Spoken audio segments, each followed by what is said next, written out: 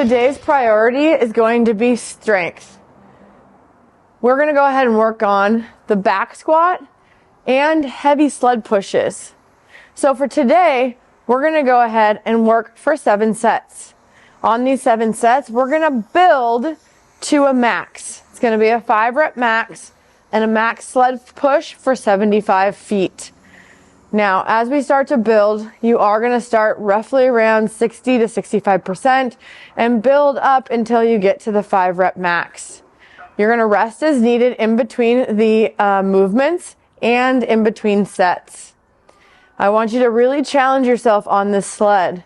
The sled is going to be so heavy that at least it continues to move, even if it's not fast. We're trying to get to 75 feet without stopping, as heavy as possible. We'll be alternating back and forth from the 2 movements, and we're going to be starting with that back squat. Again, we're going to go ahead and do 5 reps with the back squat.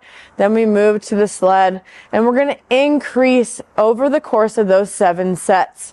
So when you get to your 7th and last set, that will be the heaviest kind of max that we're going for today. Again, we're going for a 5-rep max back squat and a max 75-foot sled push.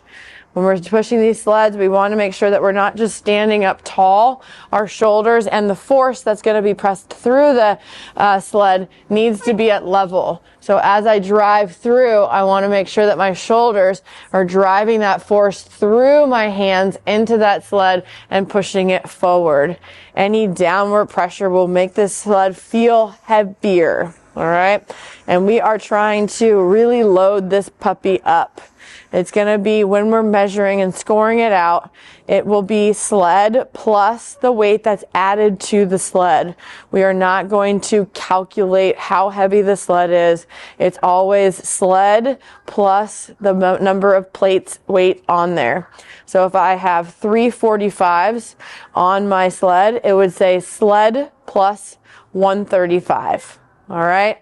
So as we move through this, we'll go ahead and have 2 scores, the 5-rep max for the back squat and the weight we had on the sled for that 75-foot sled push. Remember, the sled cannot stop. You've got to keep it moving for the whole 75 feet.